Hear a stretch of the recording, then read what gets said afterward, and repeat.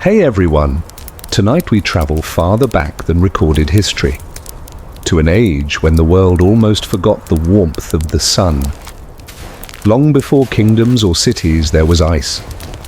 Endless, merciless ice that swallowed whole forests, silenced rivers, and turned the sky into a pale, frozen mirror. Humanity wasn't a civilization yet, just small clusters of wanderers clutching fire like a secret. Imagine it, a cave flickering with orange light against a wall of snow.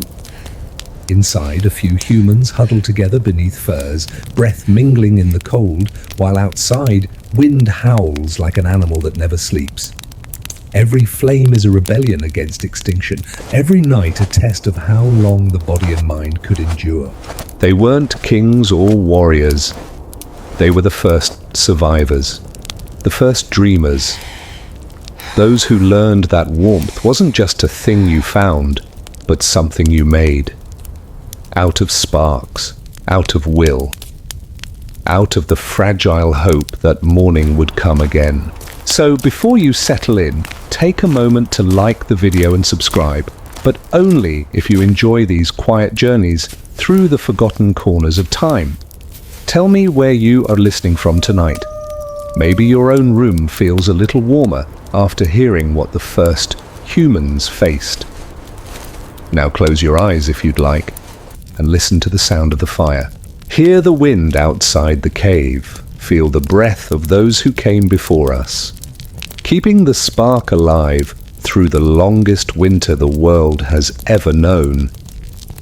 Because this is the story of the winter that nearly erased humanity.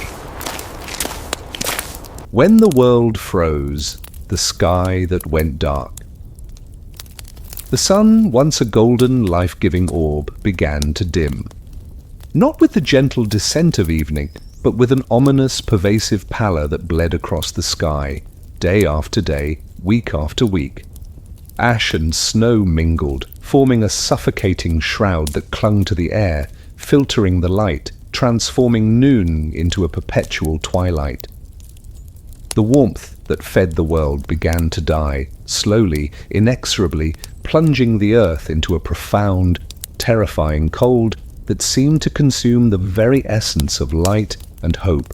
This was the beginning, the insidious onset of the winter that nearly erased humanity. Imagine the air, sharp and brutal, stinging any exposed skin, thick with the acrid scent of distant volcanic ash, mingled with the clean, cutting tang of endless snow. The sky above was no longer a familiar blue, it was a vast, unbroken expanse of bruised ash-grey, heavy with the promise of more snow pressing down on the frozen landscape with a suffocating weight. The sun, if it showed at all, was a weak, indifferent eye, a pale, ghostly disk, barely visible through the atmospheric gloom, offering no warmth, only a stark, chilling illumination. The cold was not a new sensation for Ice Age humans, but this was different. This was a cold born of a sky that went dark, a chilling anomaly that spoke of cosmic disaster. The plants withered, their leaves turning black and brittle, their life force stolen by the pervasive gloom. The frozen ground beneath your crude, fur-lined boots became even harder, more unyielding, radiating a lethal chill that permeated through layers of hide. Listen to the profound, almost oppressive silence that settled over the land. The thick blanket of snow, perpetually renewed by the ash-laden fall, muffled every sound. The whisper of the wind, usually a familiar companion, now sounded mournful, eerie, a lament for a world in its death throes. No birds sang now. Their songs had been silenced by cold, by hunger, by the profound shift in the very fabric of existence. Only the distant, mournful howl of a wolf, its hunger sharper, more desperate than ever, would occasionally break the stillness, a chilling harbinger of the terror to come. Days became twilight. The hours of effective light, already short in winter, shrank to mere moments, a fleeting grey interlude between two immense, terrifying periods of darkness. The absence of the sun's life-giving energy was palpable, felt in the growing weakness of bodies, in the increasing scarcity of game, in the creeping despair that settled over the small, nomadic bands. Nights stretched endlessly. Without the sun's strong light, the darkness was absolute, profound, suffocating. The cold intensified, piercing through every hide, every layer of fur, seeping into the very marrow of bone. The psychological toll was immense, time distorted, each hour amplified by fear, by uncertainty, by the desperate hope for a dawn that seemed ever more distant, ever more unlikely. The warmth that fed the world began to die. The very essence of life, sustained by the sun's energy, was being systematically extinguished. Plants, animals, and eventually humans all faced a profound existential threat.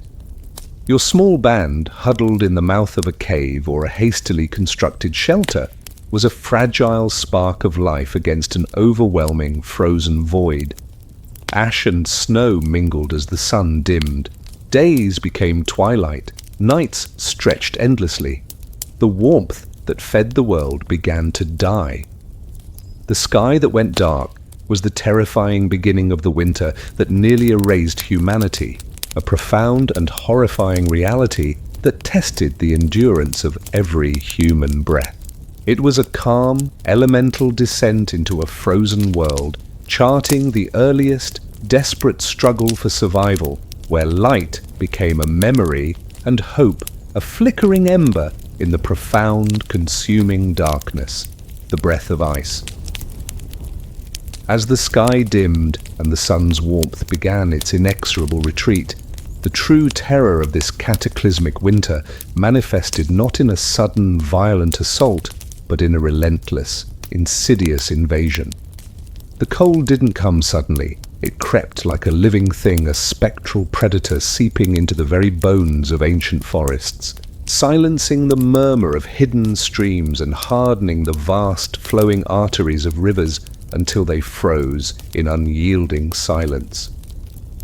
This was the breath of ice, transforming the world into a crystalline tomb, a chilling testament to the profound endurance tested with every human breath. Imagine the air, utterly frigid, sharp and brutal, stealing your breath with every inhale, stinging any exposed skin with its icy bite. The sky above was a vast, unbroken expanse of bruised, ash-grey, pressing down with a suffocating weight. The sun, a weak, indifferent eye, offered no warmth, only a stark, chilling illumination of the encroaching frost. The ground beneath your fur-lined boots became even harder, more unyielding, radiating a lethal chill that permeated through layers of hide. The first signs were subtle. The crisp morning air would hold its chill longer, stretching into midday. The damp earth, which had once yielded to a digging stick, would now resist, hardened by an unseen force. Then a thin, glittering lace of frost would begin to appear on the edges of leaves, on exposed rocks, a delicate, beautiful yet terrifying harbinger of what was to come. Listen to the profound, almost oppressive silence that settled over the land. The thick blanket of snow, perpetually renewed by the ash-laden fall, muffled every sound. The whisper of the wind, usually a familiar companion, now carried an icy edge, a mournful lament for a world in its death throes. No birds sang now. Their songs had been silenced by cold, by hunger, by the profound shift in the very fabric of existence. Only the distant, mournful creak of trees, their very fibres stiffening and cracking under the frost, would occasionally break the stillness. The forests, once vast and teeming with life, slowly surrendered.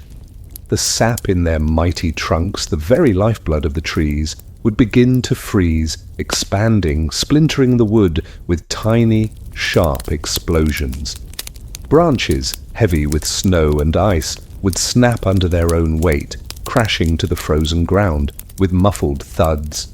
The great, green expanse would transform into a stark, skeletal landscape of black and white, its ancient wisdom silenced, its warmth stolen. The rivers, once flowing arteries of life, dwindled. Their edges would crust with ice, slowly spreading inwards, a relentless, silent invasion. The gentle murmur of currents, the soft splash of fish, the rush of water, all would be silenced.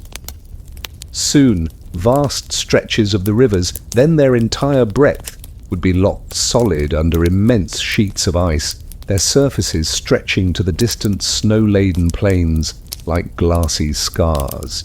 Their very stillness was ominous, a frozen barrier that denied water, denied passage, denied life. This was a cold that crept like a living thing, insidious and relentless. It seeped into the bones of forests, paralyzing their growth, transforming their very structure. It infiltrated the hearts of rivers, turning their vibrant flow into an unyielding stillness. And inevitably it seeped into the bones of humans, stealing warmth, sapping strength, pushing them deeper into their shelters, their furs, their desperate huddles around dwindling fires.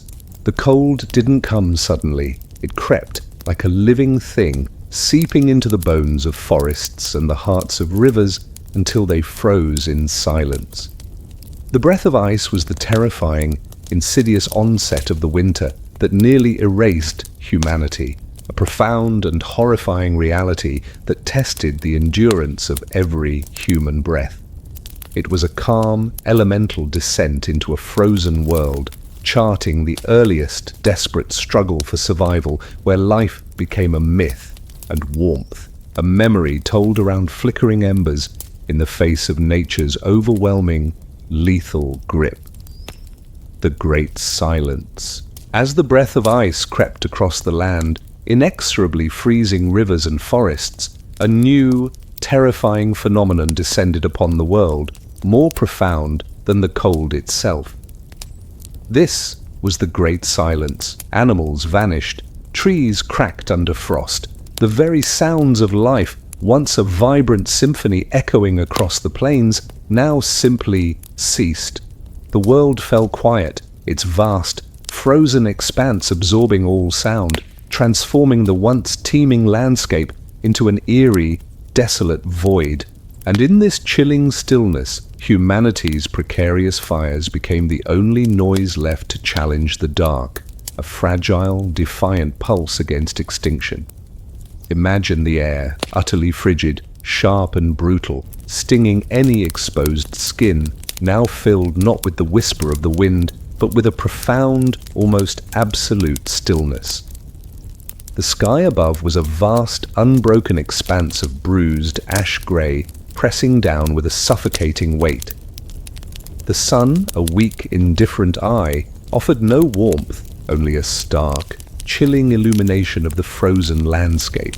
The ground beneath your crude, fur-lined boots was a perpetually shifting expanse of snow and ice, now traversed in a terrifying hush. The first indication was the disappearance of the animals. The vast herds of mammoth, reindeer and bison, upon which human survival utterly depended, had either perished in the relentless cold and scarcity, or had migrated to distant unknown lands in a desperate search for forage. Their thunderous hooves, their lowing and grunting, their very presence, all vanished. The smaller game, rabbits, birds, foxes, equally susceptible to the cold and lack of food, followed suit, their subtle rustles and cries no longer heard. Listen to the profound, almost oppressive silence that now gripped the land. The thick blanket of snow, perpetually renewed by the ash-laden fall, muffled every echo, absorbing every sound. No birds sang now, no insects buzzed. The wind, when it stirred, often did so with a mournful whisper, a desolate sound that underscored the immense, terrifying emptiness. The only sound from the forests was the chilling crack and groan of trees, their very fibers stiffening and splitting under the extreme frost, a mournful lament for a dying world. The world fell quiet. This was a silence born of death, of absence, of profound ecological collapse. It was a terrifying, unnatural stillness that pressed in on the senses, amplifying the smallest internal sounds of the cave, the soft breathing of your family, the rhythmic thump of your own heart. It was a silence that spoke of ultimate victory for the cold, of nature's indifferent power to erase life. Within the fragile sanctuary of the cave, this great silence deepened the sense of isolation, of being a tiny, precarious spark of life against an overwhelming, hostile void. The psychological toll was immense. The absence of familiar sounds, the constant awareness of an empty, frozen world outside, amplified the pervasive dread. And in this chilling stillness, humanity's fires became the only noise left to challenge the dark. The crackle and pop of the burning logs, the hiss of melting snow near the flames, the soft murmur of hushed voices. These were the sole sounds of enduring life, fragile and defiant, pushing back against the encroaching oblivion. The fire, meticulously guarded, was not just warmth, it was their voice, their heartbeat against extinction, their last, desperate challenge to the pervasive, lethal quiet. Animals vanished, trees cracked under frost. The world fell quiet, and humanity's fires became the only noise left to challenge the dark. The great silence was the terrifying, profound reality of the winter that nearly erased humanity, a chilling testament to a world transformed into a crystalline tomb. It was a calm, elemental descent into a frozen world, charting the earliest, desperate struggle for survival, where every human breath, every flickering flame became a defiant declaration against the overwhelming, lethal stillness. The last green valley. As the breath of ice suffocated the world and the great silence descended, claiming animals and freezing forests, humanity's prospects seemed utterly bleak. But nature, even in its most brutal epochs, sometimes reserves pockets of defiance, anomalies of survival. Hidden between colossal glaciers, tiny islands of life, of surprising warmth and enduring vitality, stubbornly persisted. This was the last green valley. Pockets of earth remained soft enough to live on, a profound, miraculous sanctuary surrounded by a sea of death, offering a fragile, desperately clung to hope amidst the pervasive, lethal cold. The last green valley. Imagine the air, utterly frigid, sharp and brutal, yet within these pockets a subtle, almost miraculous warmth clung, thick with the earthy scent of unfrozen soil, of hardy, resilient grasses, and the pervasive aroma of wood smoke. The sounds were no longer the overwhelming stillness of the frozen world.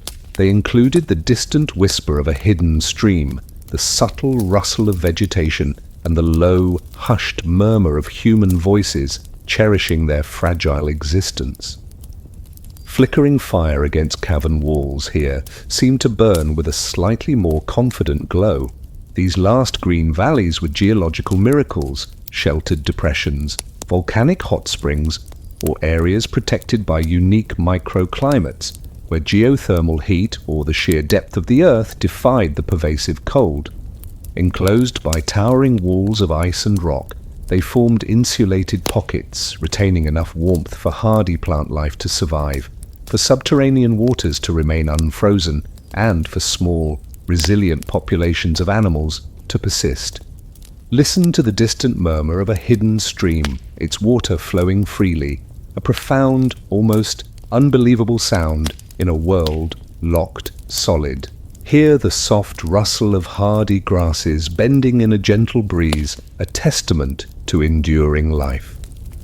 See the vibrant green patches of vegetation, a startling, almost shocking splash of color against the overwhelming white and gray of the glaciers that loomed like silent, immense guardians on all sides. Here, in these tiny islands of life, humanity clung to existence. Nomadic bands, driven to the brink by the collapsing world, had stumbled upon these miraculous havens, transforming them into desperate, permanent sanctuaries. These were the true cradles of the deep ice age, places where the spark of human memory, of culture, of a shared future was fiercely guarded. The resources were still precious, meticulously managed. Food, though more abundant than in the frozen expanse, was carefully rationed. Fuel, though present, still required arduous collection, but the sheer existence of unfrozen earth, of flowing water, of persistent plant life, offered a lifeline that was rapidly vanishing elsewhere. The psychological impact of these refugees was immense. To be surrounded by a sea of death, yet to inhabit a pocket of life, fostered a profound sense of both gratitude and isolation. They were the last bastions, the final hopes for humanity, and their continued survival was paramount. Hidden between glaciers, pockets of earth remained soft enough to live on, tiny islands of life surrounded by a sea of death. The last green valley was the terrifying, miraculous reality of the winter that nearly erased humanity, a chilling testament to human resilience and the profound mercy of nature's anomalies. It was a calm, elemental descent into a frozen world, charting the earliest, desperate struggle for survival, where hope clung to every green leaf, and the faint echo of survival was whispered through millennia, emanating from these fragile havens. The struggle to remember warmth. As the great silence deepened and life retreated into the last green valleys, the psychological toll of the endless winter became as profound as the physical hardship. The memory of warmth, once an unconscious reality, transformed into a precious, elusive treasure. Those who survived had to imagine the past. Warmth became myth, and sunlight a memory told around flickering embers, a desperate act of remembrance against the pervasive, lethal cold that threatened to erase not just bodies, but the very knowledge of a world unfrozen, intensifying the human struggle for survival. Imagine the air inside the cave, thick with the pungent aroma of wood smoke, tanned hides and damp earth mingled with the subtle tang of human presence. The sounds were no longer the distant howl of the wind. They included the low murmur of whispered stories, the soft crackle of a dwindling fire, and the gentle breathing of a family huddled close. Flickering fire against cavern walls cast dancing shadows, illuminating faces etched with the profound weariness of existence. For the adults, especially those who remembered a time before the deepest cold, the fading memory of true warmth was a persistent ache. They spoke of the sun not as the pale, indifferent disk that now barely grazed the horizon, but as a golden, life-giving orb whose radiant heat could soothe aching muscles and dry, damp clothes. They described green, verdant plains, abundant with forage, not the snow-covered expanse that now surrounded them. Listen to the low, melancholic voice of an elder, describing a memory of summer, his words, a precious, fragile tapestry of warmth. The sun? It would burn your skin, so hot that you sought the shade of trees that groaned with fruit, he might murmur, his eyes distant, fixed on a memory that felt increasingly like a dream. Hear the soft gasps of children, their eyes wide with wonder, trying to grasp the concept of such intense heat, of such boundless bounty from a world they had never known. Warmth became myth, passed down from generation to generation, an abstract concept barely understood by those born into the perpetual twilight. Sunlight, the memory of its intensity, of its life-giving power, became a precious tale told around flickering embers. It was a form of spiritual sustenance, a way to connect to a lost past, to believe in a future where the cold might one day recede. The psychological impact was immense. To live in a world where true warmth was a distant memory, where comfort was a fleeting illusion, where every waking moment was a battle against the cold, eroded the spirit. The mind, starved of sensory input from a warmer world, desperately clung to these fragments of memory, nurturing them like precious embers. The children, those born into the deepest cold, had no personal memory of warmth. For them, the elders' stories were fantastical tales like myths of giant beasts. Their understanding of warmth was limited to the immediate glow of the fire, the shared heat of the huddle, the temporary respite of thick furs. Their innocence was a fragile shield against the profound loss that permeated their parents' memories. The struggle to remember warmth was a silent, internal battle, as crucial as the physical fight against cold. It was a fight to retain hope, to believe that the world had not always been this way, that the sun might one day truly return. Those who survived had to imagine the past. Warmth became myth, and sunlight a memory told around flickering embers. The struggle to remember warmth was the terrifying, insidious onset of the winter that nearly erased humanity, a profound and horrifying reality that tested the endurance of every human breath. It was a calm, elemental descent into a frozen world, charting the earliest, desperate struggle for survival, where the faint echo of memory was whispered through millennia, fighting against the oblivion of an utterly frozen world. Firelight and hunger. The first fires. In the profound darkness and lethal cold of the winter that nearly erased humanity, when the sun had dimmed and animals had vanished, one spark of human ingenuity flared with unprecedented significance.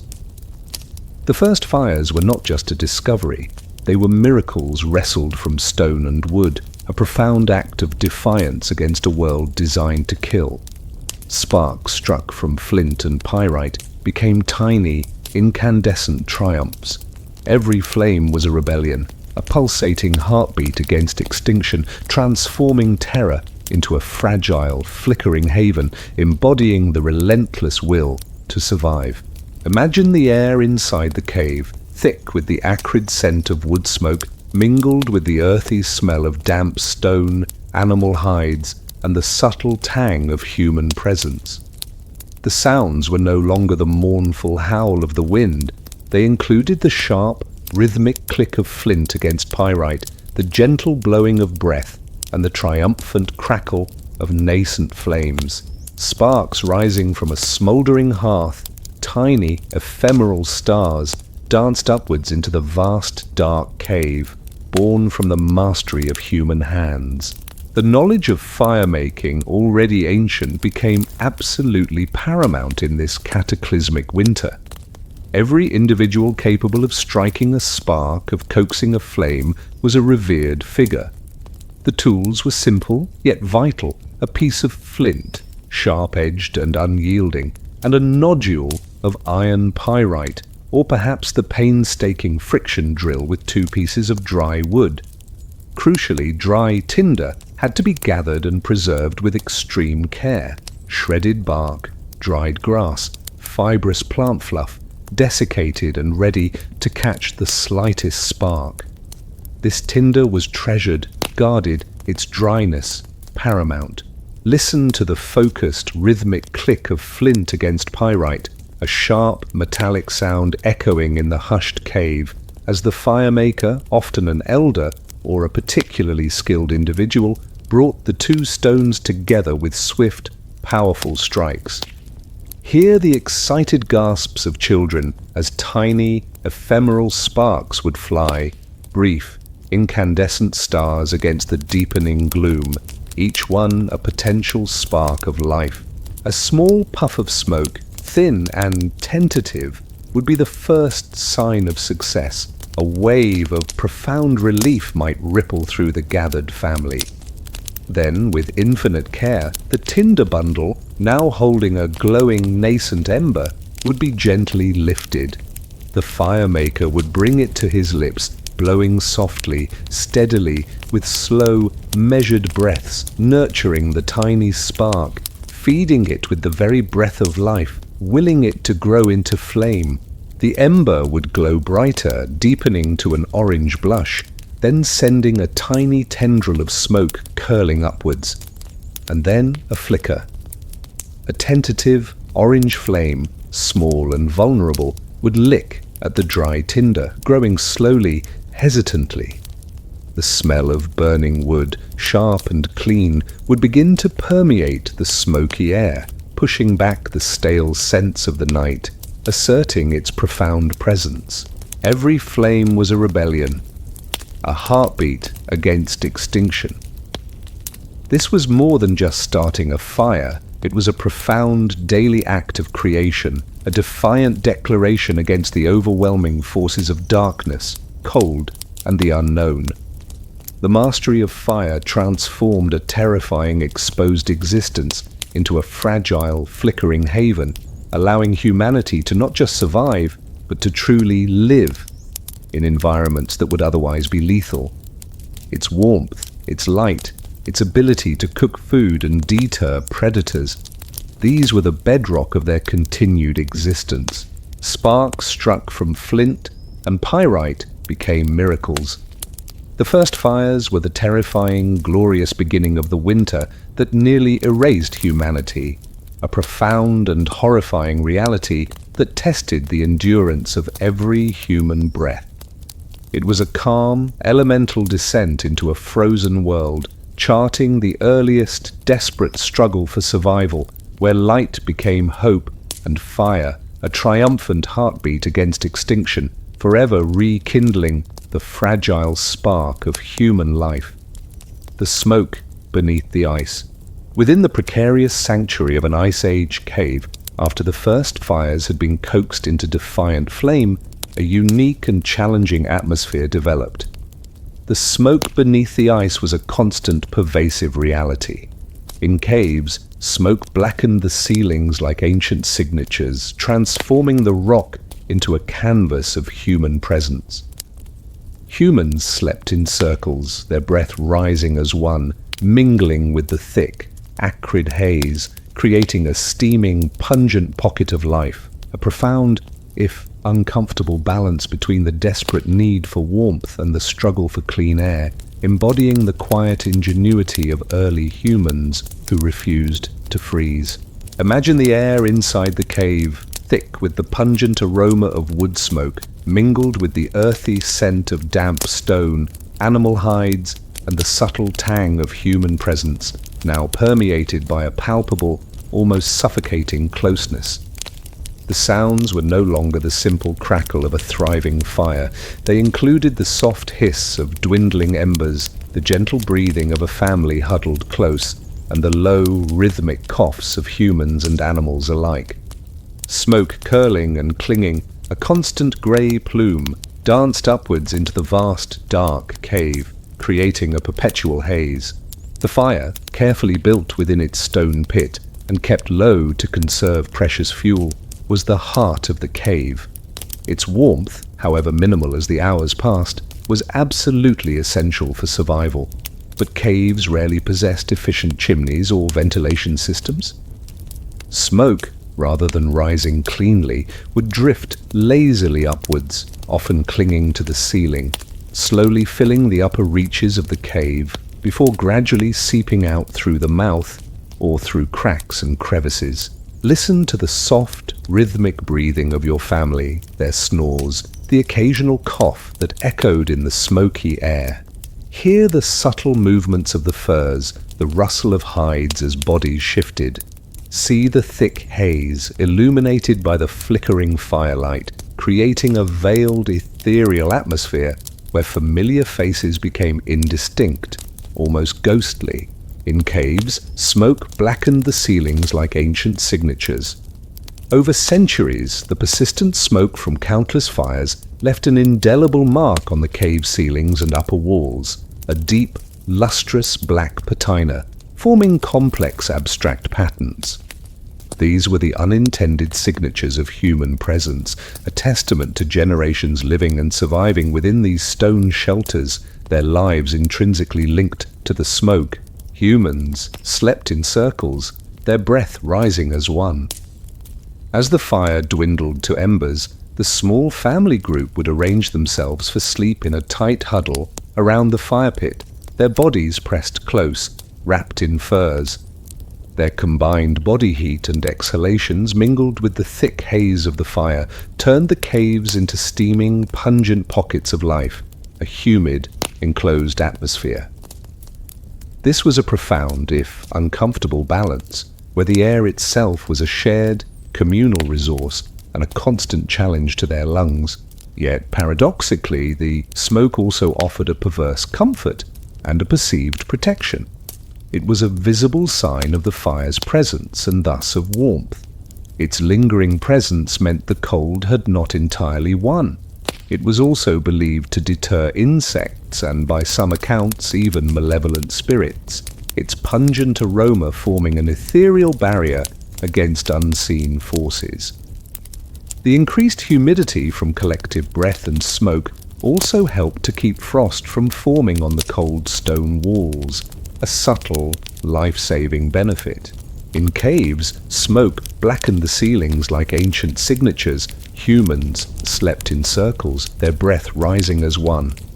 The smoke beneath the ice was a pervasive, fundamental reality of the winter that nearly erased humanity, transforming their raw ingenuity into the very means of defying a lethal environment.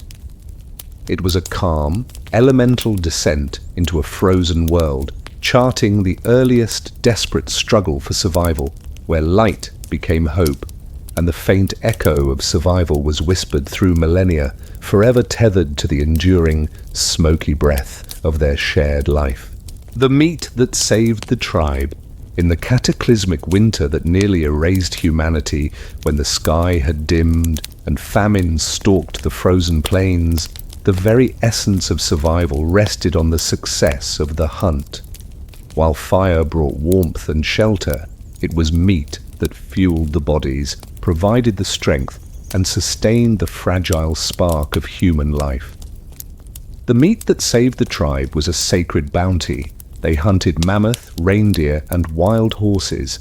Every kill was sacred, every bone used, nothing wasted when survival was prayer. A profound, relentless quest for sustenance in a world of overwhelming scarcity. Imagine the air inside the cave, thick with the rich, savory aroma of roasting meat, mingled with the pungent smell of wood smoke, damp stone, and the subtle tang of human presence. The sounds were no longer the desperate cries of hunger. They included the contented sizzle of cooking flesh, the chewing of tough fibers, and the hushed murmurs of a family finding profound relief. The glow of embers under buffalo hides, casting dancing shadows, illuminated faces etched with grim determination and newfound strength. The animals of the Ice Age, the colossal mammoths, the swift reindeer, the powerful wild horses, were not just game. They were the embodiment of life itself, the walking, breathing supply stores for humanity. The hunt, an arduous and terrifying undertaking, was the central pillar of their existence, demanding immense courage, skill, and collective effort. Listen to the rhythmic crackle and pop of the fire, its flames dancing under skewers of roasting meat, dripping fat sizzling in the coals.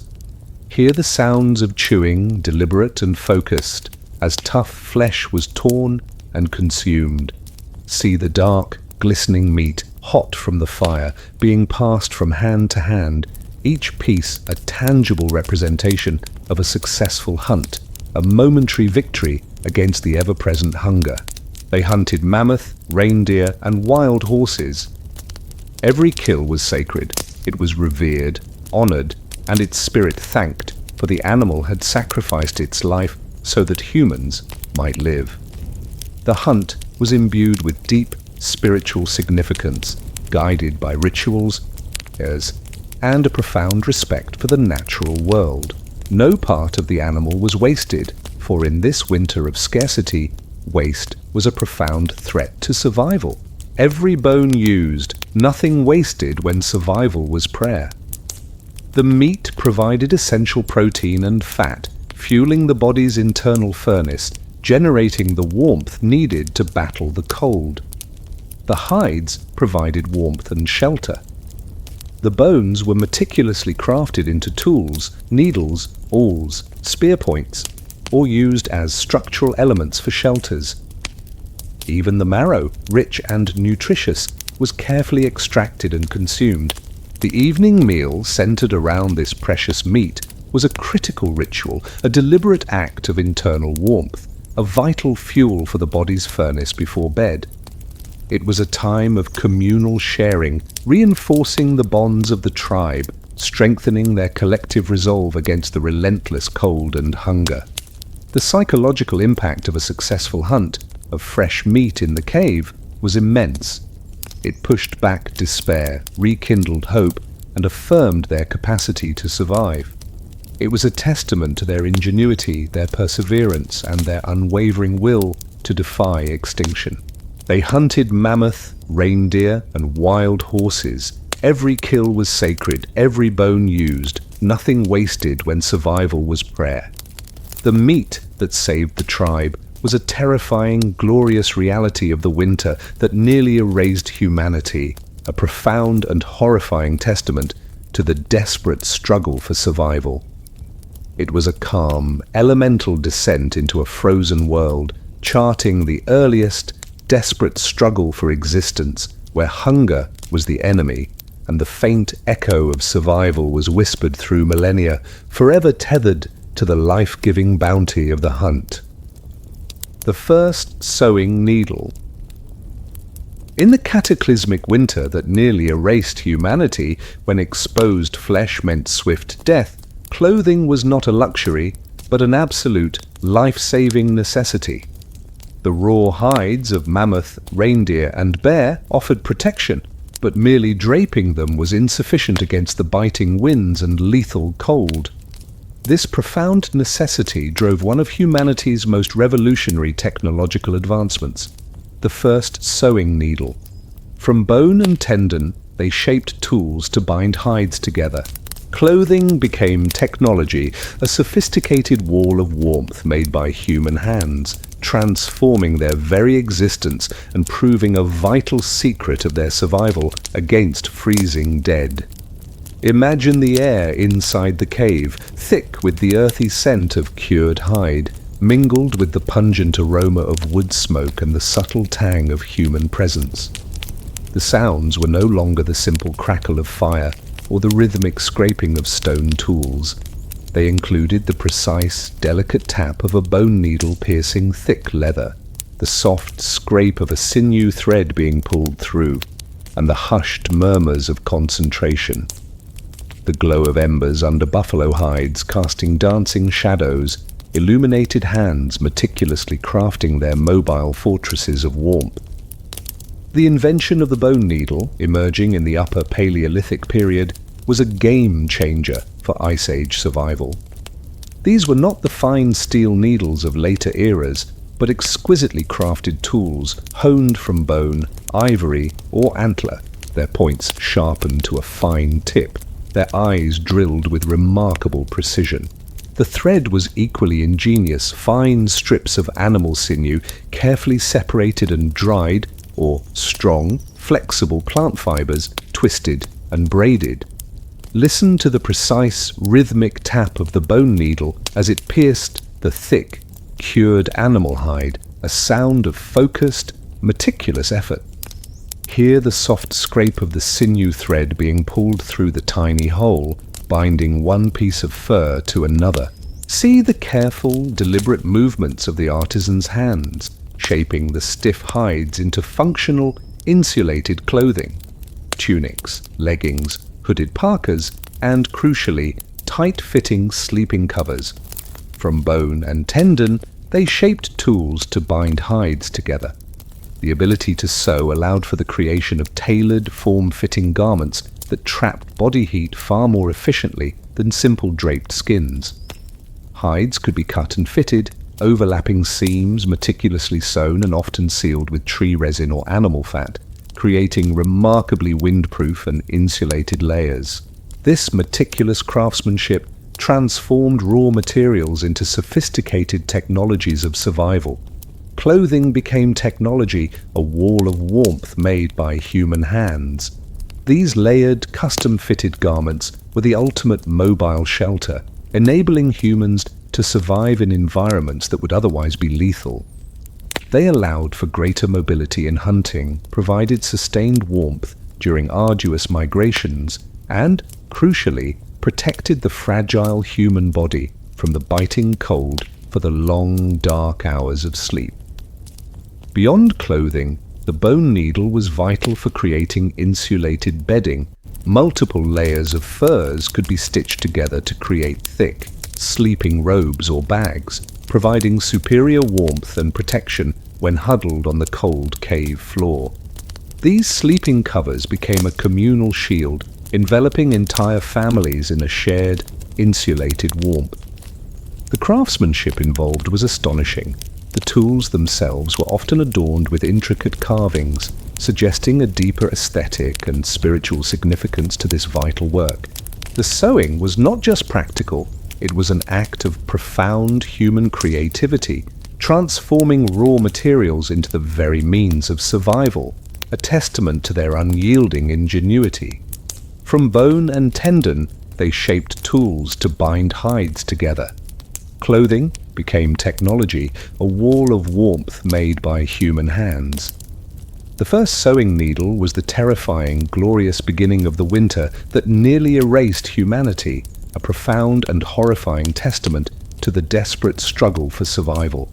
It was a calm, elemental descent into a frozen world, charting the earliest, desperate struggle for existence, where ingenuity became warmth, and the faint echo of survival was whispered through millennia, forever tethered to the life-giving technology of their skillfully crafted furs. Sleeping beneath the pelt. In the cataclysmic winter that nearly erased humanity, when the cave walls radiated cold and the fire pit offered only a struggling warmth, the final, most intimate defense against freezing to death was the communal huddle. Sleeping beneath the pelts was a fundamental primal strategy. Night after night, families huddled together under fur hearts beating in rhythm, sharing heat in the absence of mercy from the sky, transforming their vulnerability into a powerful living furnace, a testament to the profound bonds forged in the crucible of ultimate survival. Imagine the air inside the cave, thick with the pungent aroma of wood smoke, tanned hides and damp earth, mingled with the subtle tang of human presence, now permeated by a palpable, almost suffocating closeness. The sounds were no longer the simple crackle of fire or the rustle of hides. They included the soft, rhythmic breathing of many bodies, the occasional sigh, the gentle rustle of animal furs, and the low, comforting hum of collective life. The glow of embers under buffalo hides casting dancing shadows illuminated a world utterly dependent on its fragile warmth and the profound protection of their collective form. As the fire dwindled to its lowest glow, casting long, dancing shadows, the entire family group would arrange themselves for sleep. Their bed was often a large communal pallet on the packed earth floor, thickly layered with reeds, grasses, and insulating furs. Into this single designated space, parents, children, elders, and often their valuable domesticated dogs would pack together, limbs intertwined, bodies pressed close, creating a single, dense mass of warmth. Listen to the gentle, rhythmic breathing of your family members and the dogs, their soft snores, the quiet whimpers of an infant nestled close to its mother's breast. Hear the subtle movements of the buffalo robes, the rustle of hides as bodies instinctively sought a closer, warmer position. See the indistinct forms of the huddle in the dim light of the dying fire, a protective mound of human and animal life against the immense, cold emptiness outside. The benefits of this communal sleeping were immense, crucial for survival. Each human and animal body, burning its own internal furnace, contributed its heat to the collective. The air trapped between the intertwined forms warmed and contained by their combined heat, and the thick furs became a personal microclimate, a remarkably effective defense against the biting cold that seeped from the frozen ground and permeated the cave walls. Without this shared heat, especially on the coldest nights, enduring the long hours would be an almost impossible feat, particularly for the most vulnerable. The cold, however, was a persistent adversary. It found its way in through any gap in the furs, seeped up from the damp ground, and settled in the open spaces. But the sheer density of the human-animal huddle, combined with their layered furs, created a formidable barrier. The discomfort of the cramped quarters, the persistent itching of shared animal hides, these were small prices to pay for the invaluable warmth it provided.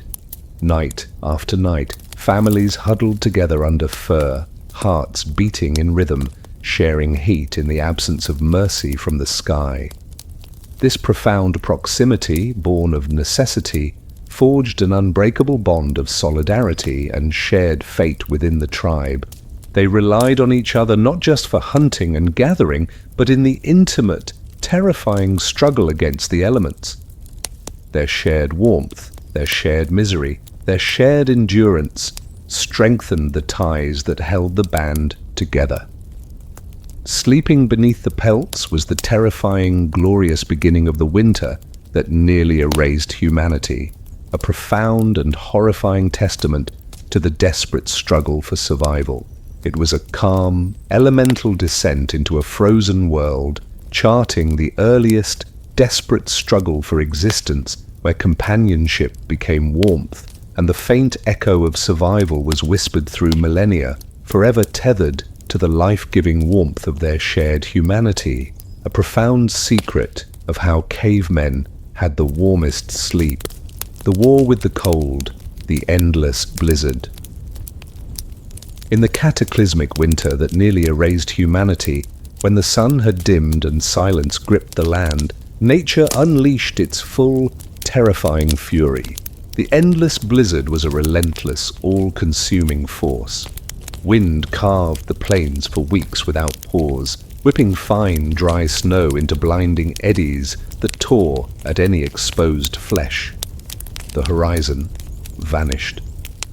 Days passed in white blindness, transforming the world into a chaotic maelstrom of cold and snow, a profound existential battle against the overwhelming might of the elements. Imagine the air outside the cave, utterly frigid, sharp and brutal, stealing your breath, thick with the biting force of snow and ice, mingled with the pungent aroma of wood smoke. The sounds were no longer the distant cries of predators. They included the relentless, violent roar of the storm, a ceaseless banshee's wail that seemed to encompass the entire world, pressing against the cave mouth, testing every hide, every stone. The faint echo of survival was momentarily drowned out by the overwhelming chaos. The blizzard would descend with terrifying swiftness, turning a clear, frigid day into a swirling, blinding chaos. The sky would vanish behind a wall of white, and the ground would merge with the air, creating a featureless, terrifying void. Visibility would drop to mere feet, making any movement outside the shelter utterly impossible, a sure path to disorientation and freezing to death.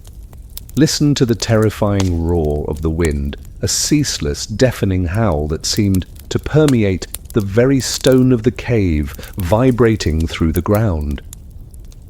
Hear the violent whipping and snapping of any hide coverings at the cave mouth as the wind tore at them, the creak of ancient timbers, the muffled thump of accumulated snow on the roof of the shelter.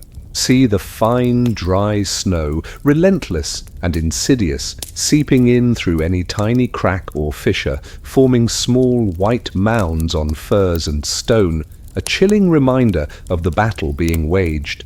Wind carved the plains for weeks without pause. The sheer duration of these blizzards was horrifying. Days would pass in white blindness, one indistinguishable from the next, trapping the small human band within their shelters, cutting them off from all resources, from all contact with the outside world. The psychological toll of such confinement, coupled with the gnawing hunger and the constant cold, was immense.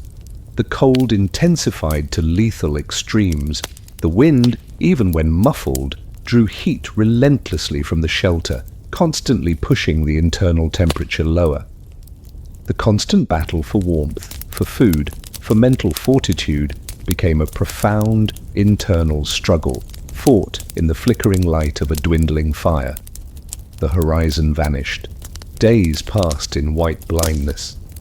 This was the ultimate test of human endurance. The endless blizzard was a pervasive, fundamental hardship of the winter that nearly erased humanity, transforming their raw ingenuity into the very means of defying a lethal environment. It was a calm, elemental descent into a frozen world, charting the earliest desperate struggle for survival, where light became a memory and hope a flickering ember in the profound, consuming chaos, forever tethered to the enduring will to defy the overwhelming storm. The firekeeper's burden. In the cataclysmic winter that nearly erased humanity, when the sky was dark and the world was locked in the grip of the endless blizzard, fire was not just essential, it was the fragile heartbeat of human existence. The firekeeper's burden was the heaviest, most sacred duty. Someone always stayed awake to guard the flame. If the fire died, so did hope. And sometimes whole families disappeared into frost, their lives extinguished not by beast or famine, but by the insidious, triumphant march of the cold. Imagine the air inside the cave, thick with the pungent aroma of wood smoke, mingled with the earthy scent of damp stone, animal hides, and the subtle tang of human presence. The sounds were no longer the simple crackle of a thriving fire. They included the soft hiss of dwindling embers, the anxious whispers of the firekeeper, and the profound, almost eerie silence of a hearth fighting for life. The glow of embers under buffalo hides, casting dancing shadows, slowly faded to a deep, tenacious red, kept alive by the silent, watchful attention of the keeper. The firekeeper, often an elder, whose hunting days were waning, or a particularly reliable and patient individual, bore an immense, terrifying responsibility. Their duty was paramount, to carefully manage the dwindling fuel, to ensure that the precious embers did not die entirely, to nurture the fragile spark through the longest, coldest hours of the night. This was not a passive role, but an active, ceaseless vigil, the most crucial battle against the night. Listen to the soft, rhythmic breathing of the firekeeper, their body hunched close to the fire pit, wrapped in thick furs, their eyes burning with fatigue, yet fixed on the embers. Hear the gentle scrape of a crude stick against cold ash, seeking the glowing heart, carefully adding the smallest, driest twigs, coaxing a brief, desperate flare of light and warmth. Each such act was a small, vital battle against the encroaching darkness and the lethal cold. If the fire died, so did hope. The cold was insidious, an enemy that knew no surrender. It permeated the cave, testing the keeper's endurance, tempting them with the seductive lure of sleep. They would shiver, huddle deeper into their furs, but their gaze remained fixed, unwavering. They understood the profound consequences of failure, the rapid onset of hypothermia for the sleeping group, the heightened danger from predators who feared no dark, the extinguishing of the tribe's very lifeline. The dark that swallowed sound and time was particularly menacing during this watch. The absence of light confused the senses, made every subtle sound from outside a potential threat. The keeper's unwavering vigilance was the critical shield against the unseen, the unheard, the unknown. This vigil was both physically demanding and psychologically taxing. Hours stretched into what felt like an eternity, the passage of time marked only by the slow diminution of the embers and the increasing intensity of the cold. The keeper fought against boredom, against the seductive pull of exhaustion, keeping their mind alert, constantly aware of the profound responsibility they bore. And sometimes whole families disappeared into frost. The memory of those who had succumbed, whose fires had died, was a chilling cautionary tale, a constant reminder of the keeper's immense burden. Their unwavering vigilance was a daily, anonymous heroism, ensuring that the fragile spark of human life continued to defy extinction. Someone always stayed awake to guard the flame. If the fire died, so did hope, and sometimes whole families disappeared into frost. The firekeeper's burden was the terrifying, profound reality of the winter that nearly erased humanity, a chilling testament to human resilience and the desperation of their struggle for survival. It was a calm, elemental descent into a frozen world, charting the earliest, desperate battle for existence, where fire was life, and the faint echo of survival was whispered through millennia, forever tethered to the enduring, life-giving flame. The Frozen River Crossing. In the cataclysmic winter that nearly erased humanity, when the world was locked in ice and snow, the vast frozen plains offered little sustenance. Survival often demanded desperate journeys, following the ghosts of vanished herds, seeking new, greener valleys. But these migrations were fraught with peril, none more terrifying than the frozen river crossing. They walked across rivers turned to glass, their steps echoing over what was once life, a chilling, precarious act that risked plunging into the lethal depths below, a constant reminder of the immense, unforgiving power of nature. Imagine the air utterly frigid, sharp and brutal, stinging any exposed skin, thick with the pungent aroma of wood smoke and the icy tang of frozen water. The sounds were no longer the rhythmic crackle of a fire. They included the crisp crunch of fur-lined boots on unyielding ice, the low murmur of anxious voices, and the distant, ominous groan of the frozen river itself. Moonlight over glaciers, now reflected on a vast glassy surface, illuminated a treacherous path. The rivers, once flowing arteries of life, now lay silent, locked solid under immense sheets of ice. Their surfaces stretched for miles, glittering under the pale sky, a seemingly passable bridge to the other side. But this was a treacherous illusion. The ice, however thick, could be unpredictable, hiding unseen currents, weak spots, or newly formed fissures. Listen to the rhythmic, anxious crunch of your fur-lined boots on the unyielding ice, each step carefully measured, each breath held. Hear the low murmur of nervous voices from your small band, urging caution, warning of unseen dangers. See the vast, white expanse of the river, its surface a treacherous, glittering mirror, reflecting the immense, indifferent sky, its depths a silent, lethal threat. They walked across rivers turned to glass. The entire band, including the children, the elders, and any precious dogs, moved with extreme caution, spread out to distribute their weight, their eyes fixed on the path ahead, searching for any subtle crack, any ominous pool of dark water, any sign of weakness in the frozen surface. Weapons, spears, heavy clubs would be held ready, not for attack, but as probes, to test the ice, to offer a desperate handhold if someone plunged through. The fear was primal, profound. The memory of past rivers, of open water, of the immense power of its currents, made the frozen surface feel inherently untrustworthy. The image of plunging into the lethal, frigid water below, of being dragged under by the current, of freezing to death in moments. This was a terrifying, ever-present possibility. A single wrong step could mean an agonizing, inescapable death.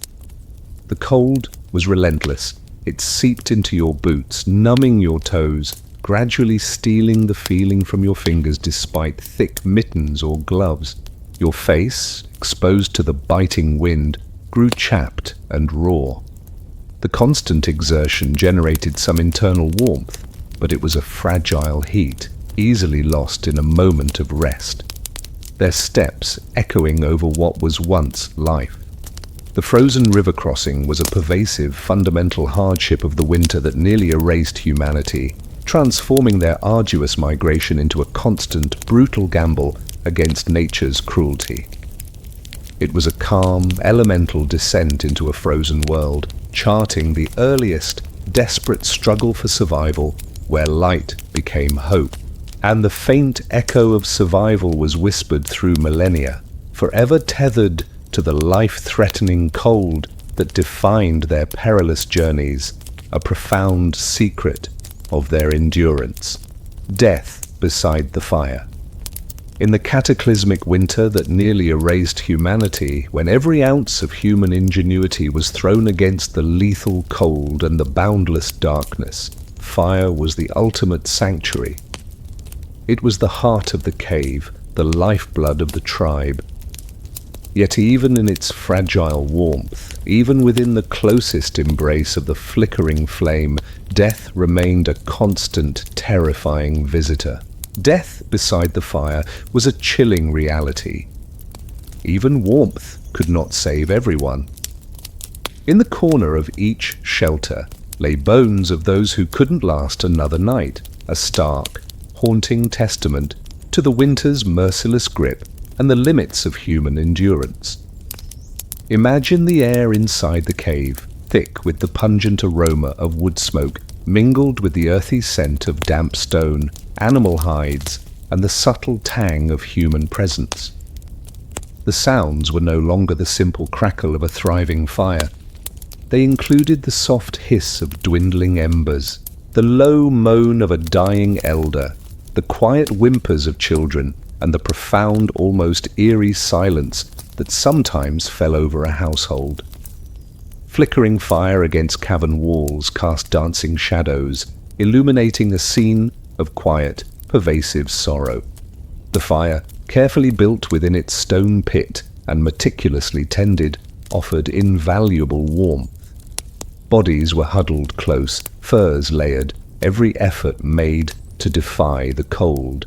But for some, for the very old whose strength had waned, for the very young whose bodies were too fragile, or for those afflicted by sickness and chronic hunger, even this life-giving warmth was not enough.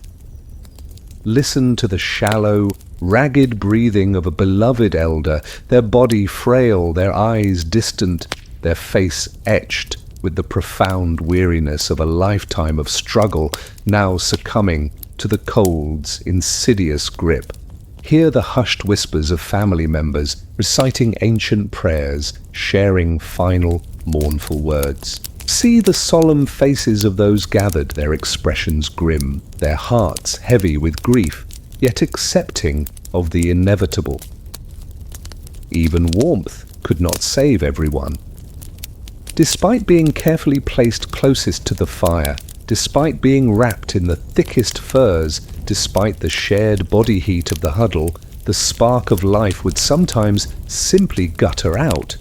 Their bodies, weakened by prolonged scarcity and the relentless cold, simply could not fight any longer. Their internal fires, so carefully nurtured, finally extinguished. Death beside the fire was a profound, chilling irony. The very source of their survival, the heart of their home, became the place where life quietly slipped away. It was a constant, stark reminder of the winter's merciless grip, a tangible manifestation of the immense, overwhelming power of nature to claim its due, even from those who had fought so hard, so long. In the corner of each shelter lay bones of those who couldn't last another night. After the morning, the bodies would be carefully prepared, perhaps adorned with ochre, and given a simple burial within the cave itself, or in a nearby designated spot. Their bones, laid to rest close to the living, became silent witnesses, a constant, unspoken testament to the high cost of survival, a part of the enduring memory of the tribe. Death beside the fire was the terrifying, profound reality of the winter that nearly erased humanity, a chilling testament to human resilience, and the desperation of their struggle for survival. It was a calm, elemental descent into a frozen world, charting the earliest desperate battle for existence, where even in the heart of warmth, the faint echo of survival was whispered through millennia, forever tethered to the pervasive sorrow of loss, a profound secret of how humanity refused to freeze. The ashes of morning.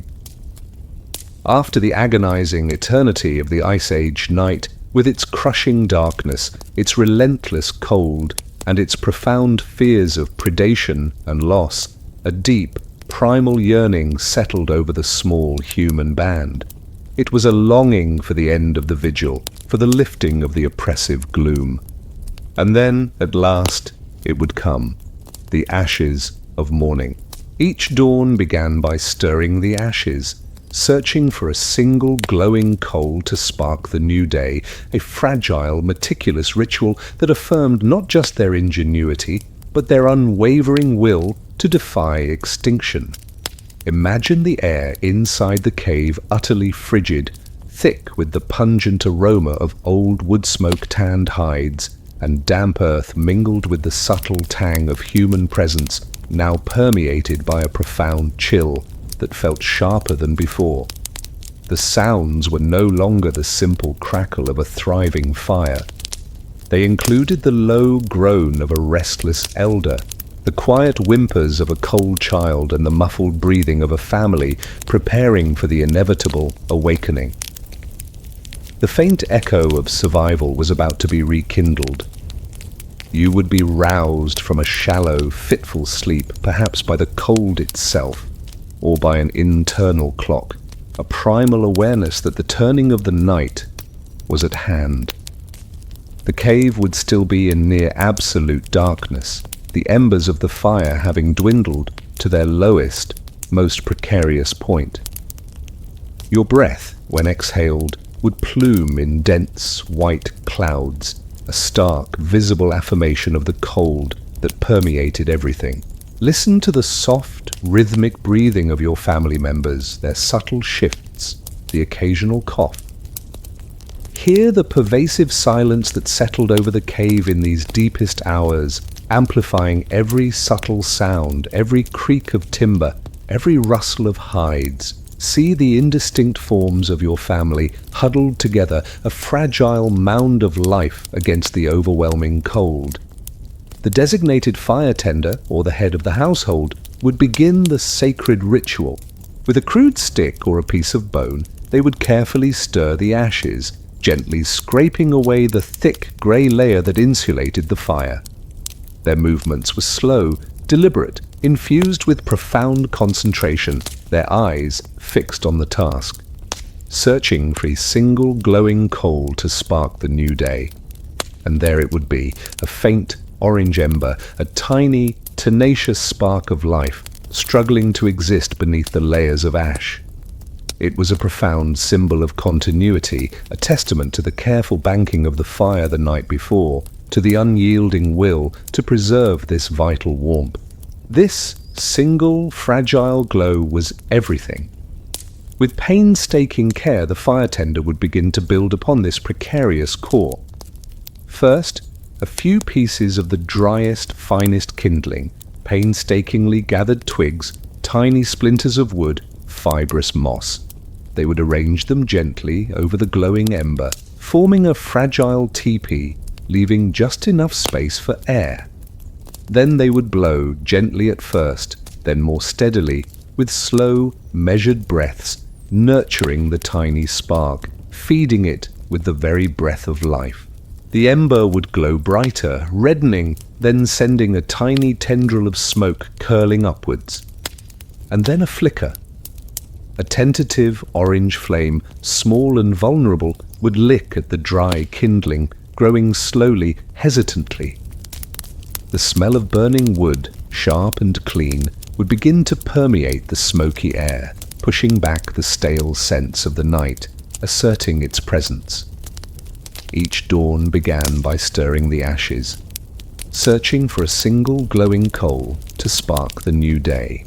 The ashes of morning were a pervasive, fundamental ritual of the winter that nearly erased humanity, transforming their raw ingenuity into the very means of defying a lethal environment. It was a calm, elemental descent into a frozen world, charting the earliest, desperate struggle for survival, where light became hope and the faint echo of survival was whispered through millennia, forever tethered to the enduring, life-giving flame, a profound secret of how humanity refused to vanish. The memory of stone, the cave of hands. In the cataclysmic winter that nearly erased humanity, when survival was a daily miracle and the world outside was a frozen, silent tomb, the human spirit uniquely yearned for more than just physical existence. It sought to leave a mark, a defiant assertion of presence against the immensity of oblivion. The Cave of Hands was a profound, haunting ritual. On walls lit by flickering firelight, countless handprints appeared, marks of existence made by those who feared they'd be forgotten, a silent testament to the enduring human desire for memory and the fragile spark of survival etched into the very stone of their ancient shelters. Imagine the air inside the cave, thick with the pungent aroma of wood smoke, mingled with the earthy scent of damp stone, animal hides, and the subtle tang of human presence, now permeated by the profound stillness of ancient echoes. The sounds were no longer the distant howl of the wind.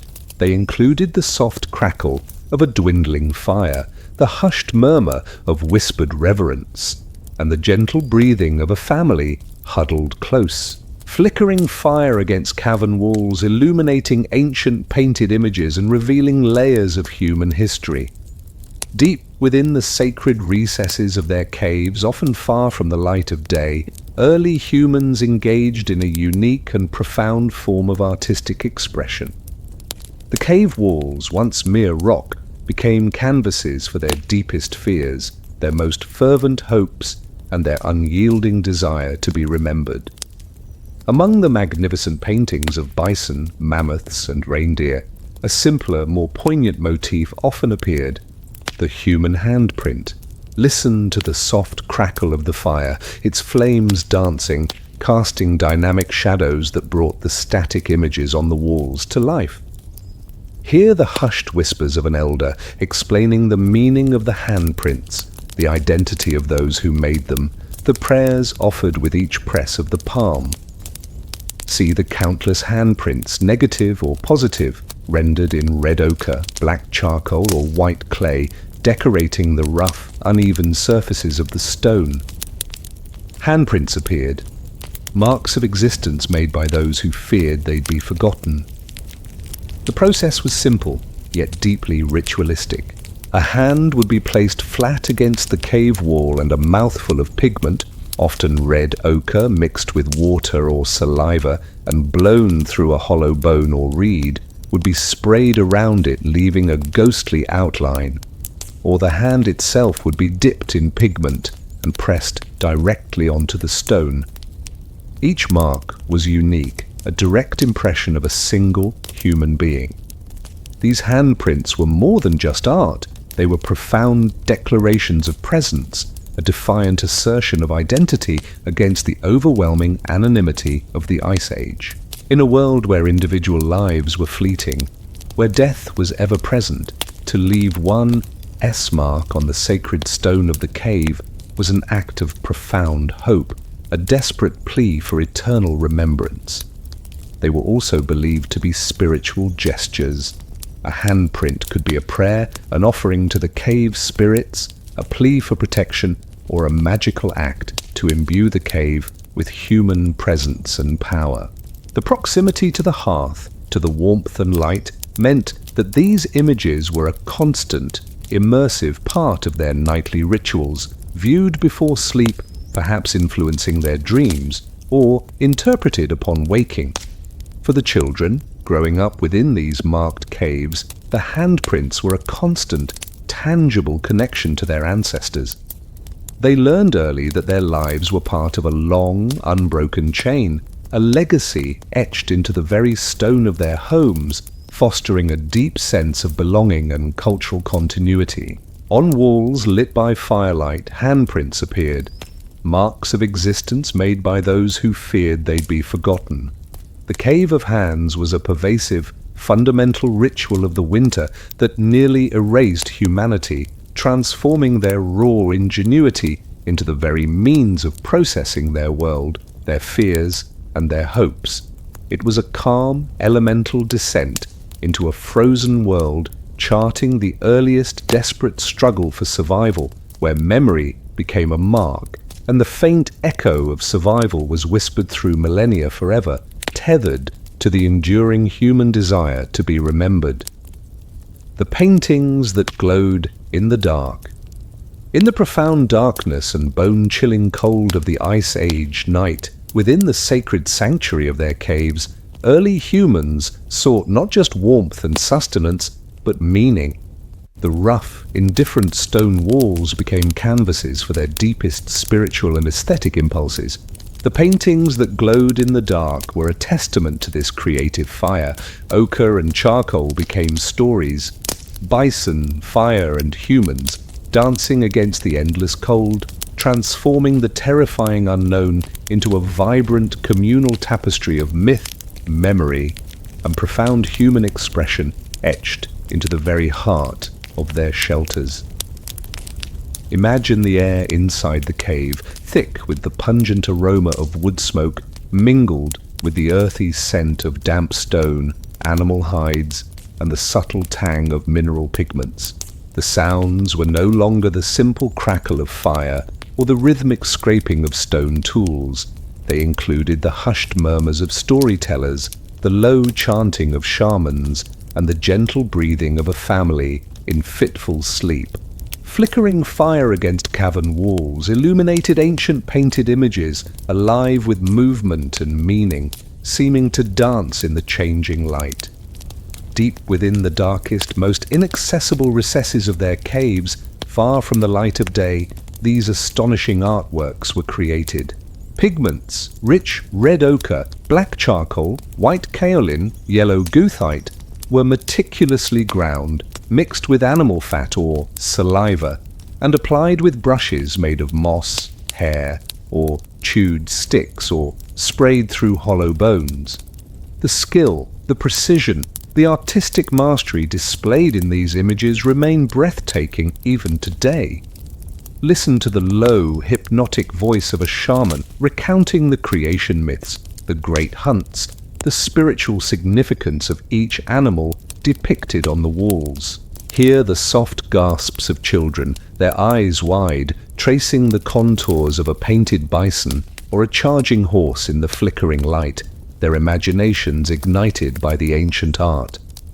See the animals, rendered with breathtaking realism and dynamic movement, seeming to leap, to run, to breathe on the rough stone surface. Ochre and charcoal became stories. Bison, fire, and humans dancing against the endless cold. The paintings were not mere decorations.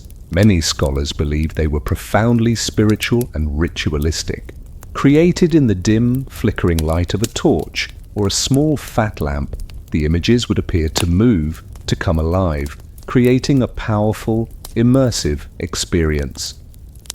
They may have been part of hunting magic, attempts to gain power over the animals or ensure a successful kill.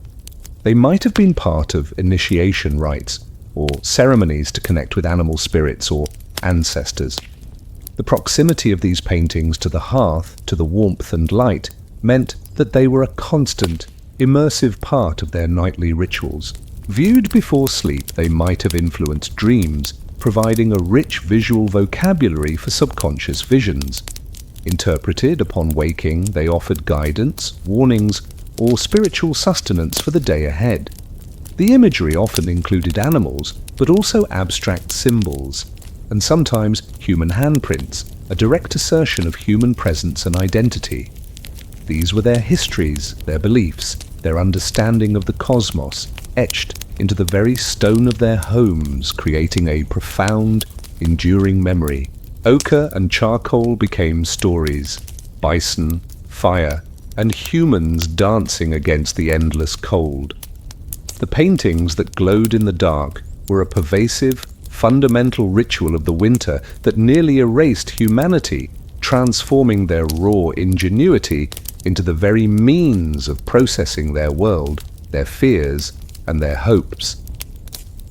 It was a calm, elemental descent into a frozen world, charting the earliest desperate struggle for survival, where art became memory, and the faint echo of survival was whispered through millennia forever, tethered to the enduring power of human creativity.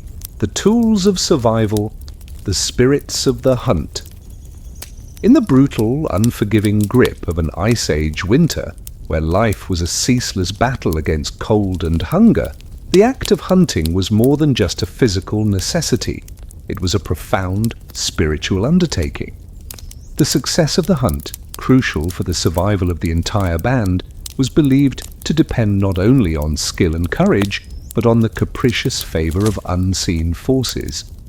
The spirits of the hunt were a pervasive fundamental belief. Before every journey they whispered to invisible gods, to the animals, to the sky, to the unseen rhythm that governed survival, weaving a complex web of reverence and fear into every stalk, every kill, every desperate prayer. Imagine the air inside the cave, thick with the pungent aroma of wood smoke, tanned hides and damp earth, mingled with the subtle tang of human presence, now infused with the profound stillness of anticipation. The sounds were no longer the triumphant shouts of a successful kill. They included the low murmur of whispered prayers, the soft crackle of a dwindling fire, and the gentle breathing of a family huddled close. Flickering fire against cavern walls, illuminating ancient painted images of animals, brought the spirits to life. Before every hunting journey, particularly in the depths of winter when game was scarce and the dangers immense, a profound ritual would take place. The hunters, often gathered around the fire pit, their faces grim and focused, would engage in solemn prayers, invocations, and perhaps a ceremonial dance. These were not just preparations for a physical act, but for a spiritual dialogue with the forces that governed their world. Listen to the low, rhythmic chanting of the shaman, his voice a guttural murmur, as he invoked the spirits of the hunt. Hear the hushed whispers of the hunters, offering their own personal prayers, seeking guidance, forgiveness, and favor. See the hunters, their bodies adorned with ochre or charcoal, their weapons, flint-tipped spears, bows, heavy clubs, held aloft, their eyes distant, fixed on a spiritual realm beyond the visible. They whispered to invisible gods, to the animals, to the sky, to the unseen rhythm that governed survival. The animals themselves, the colossal mammoth, the swift reindeer, the powerful bison, were believed to possess powerful spirits capable of granting or withholding their bodies. To disrespect these spirits, to kill without reverence, was to invite profound misfortune, to ensure future hunts would fail. Prayers were offered directly to these animal spirits, asking for their consent, for their sacrifice. The sky, with its sun, moon, and stars, was also believed to be imbued with divine power, governing the weather, the migrations, the very rhythms of life and death. Prayers were offered to the sky gods, to the elements, for clear weather, for successful tracking, for a safe return. The hunt was seen as a sacred exchange, a delicate balance between human need and the generosity of the spirit world.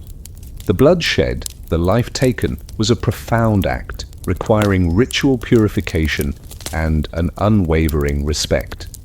Any sign of disrespect, any transgression, could anger the spirits, leading to blighted hunts, injuries, or even death. The dreams of the hunt, vivid and haunting, were often seen as direct communications from these spirits, offering warnings or guidance. The shaman, with his profound spiritual insight, would interpret these dreams, guiding the hunter's strategies.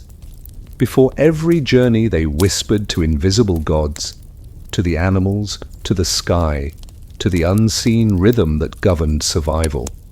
The spirits of the hunt were a pervasive, fundamental belief of the winter that nearly erased humanity, transforming their raw ingenuity into the very means of processing their world, their fears and their hopes. It was a calm, elemental descent into a frozen world, charting the earliest desperate struggle for survival, where faith became a weapon, and the faint echo of survival was whispered through millennia, forever tethered to the enduring spiritual connection to the land and its powerful, unseen forces. The children of fire. In the cataclysmic winter that nearly erased humanity, when the sky was dark and the world was locked in ice, survival was a relentless, brutal struggle that forged a new kind of human. This was the generation of the children of fire. Those born in the cold grew, knowing only struggle. They were a testament to profound resilience, raised in the flickering light of desperate hearths, their lives shaped by ceaseless hardship. But in their laughter, in their boundless curiosity, in their tenacious spirit, the species learned endurance, carrying the fragile spark of survival forward through the darkest times. Imagine the air inside the cave, thick with the pungent aroma of wood smoke, mingled with the earthy scent of damp stone animal hides, and the subtle tang of human presence now permeated by the profound stillness of a sleeping camp. The sounds were no longer the simple crackle of fire. They included the soft, rhythmic breathing of many bodies, the occasional whimper of a dreaming infant, and, crucially, the spontaneous, bubbling mirth of children. Flickering fire against cavern walls cast dancing shadows, illuminating faces etched with both hardship and undeniable, childlike joy. These were the children born into the depths of the long winter, knowing no other reality than the world transformed by ice and darkness. Their earliest memories were of the constant cold, the gnawing hunger, the hushed fear of predators, and the profound, life-giving warmth of the fire. They grew up understanding, implicitly, the delicate balance of their existence, the ceaseless struggle for every meal, every layer of warmth.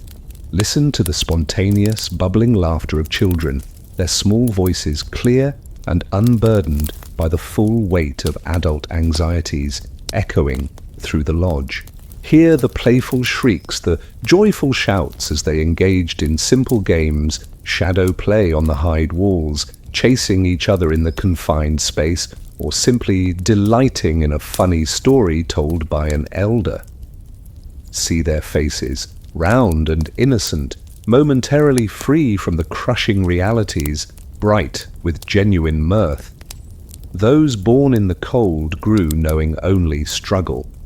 Their bodies, though fragile, were toughened by constant exposure and meager diets, building an innate resilience. Their minds, though shaped by fear, also developed a keen observational skill, a profound understanding of their environment, and an unwavering adaptability. They learned early the lessons of their elders, absorbing the intricate survival techniques, the rituals of fire management, the art of preparing hides.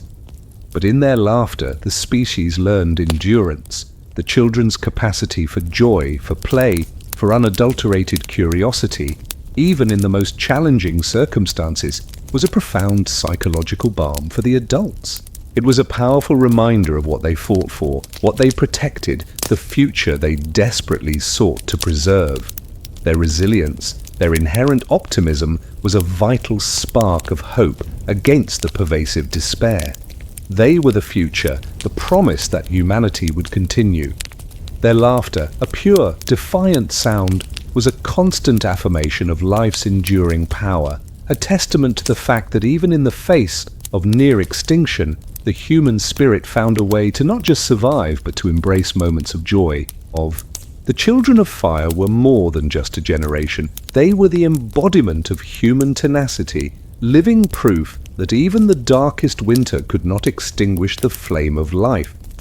Those born in the cold grew, knowing only struggle. But in their laughter, the species learned endurance. The children of fire were the terrifying, glorious beginning of the winter that nearly erased humanity, a profound and horrifying testament to the desperate struggle for survival.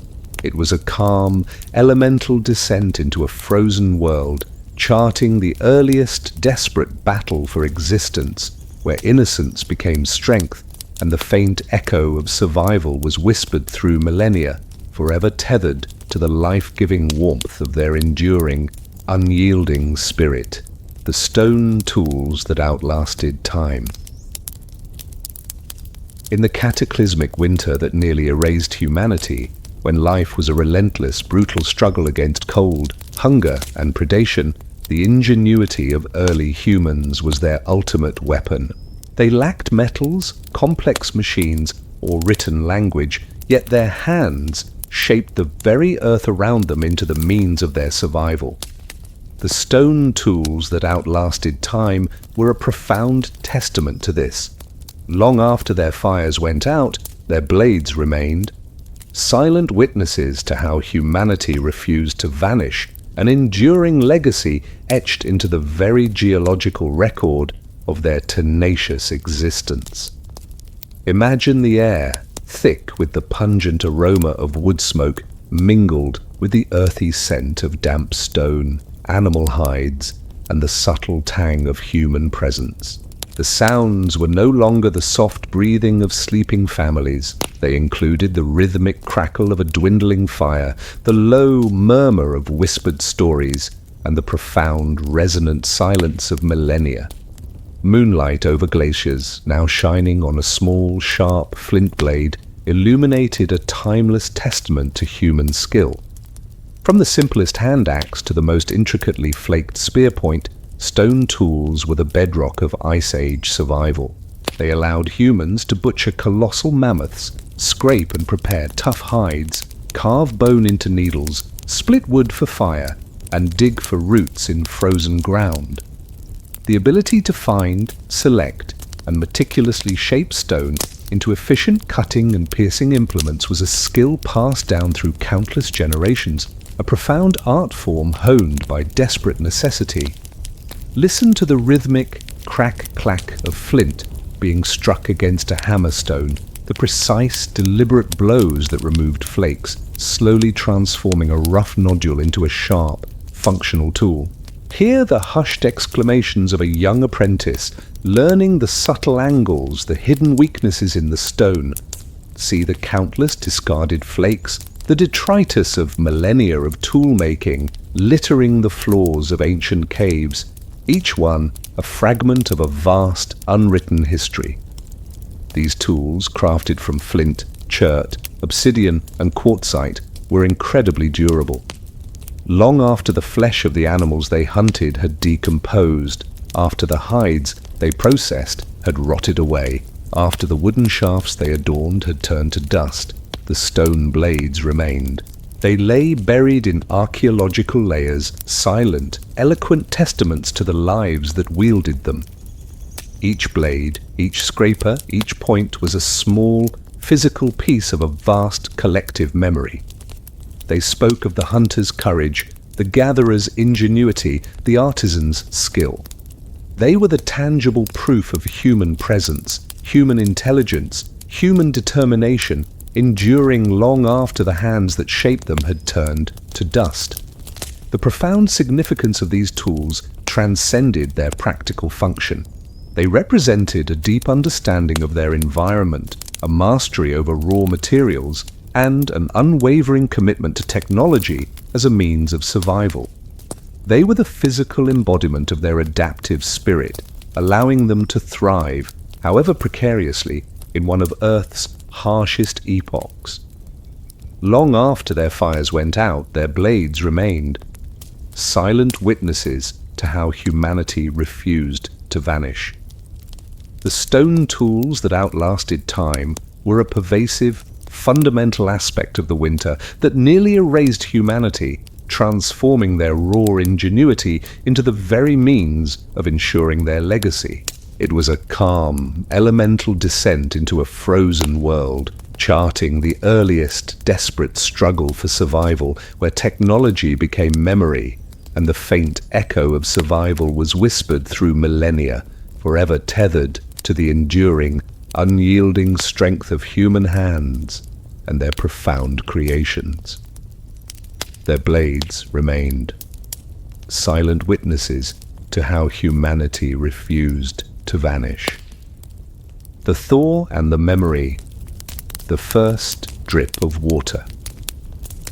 After the agonizing eternity of the winter that nearly erased humanity, when the sky had dimmed and the world was locked in the grip of lethal ice, the human spirit, battered but unbroken, held on to a desperate, unwavering hope. And then, at long last, the first subtle signs of change would appear. A quiet, almost imperceptible shift that spoke of profound transformation. The first drip of water was a delicate miracle. One morning, the ice began to melt. Slowly, painfully, rivers awoke, and the sound of water returned to the earth, a soft, rhythmic promise of renewal that resonated through the millennia.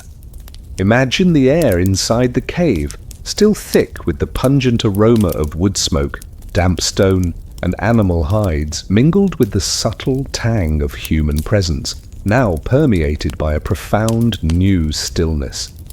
The sounds were no longer the overwhelming silence of the frozen world. They included the soft crackle of a dwindling fire, the gentle breathing of a family, and then, faintly, undeniably, a new, ethereal sound. Moonlight over glaciers, now softened by a subtle haze, illuminated a world beginning to stir. You would wake from a shallow, fitful sleep, your body still aching from the cold, your mind weary from the long vigil. The cave would still be in near absolute darkness, but a subtle warmth, a hint of something new, would brush your cheek, and then you would hear it, the first drip.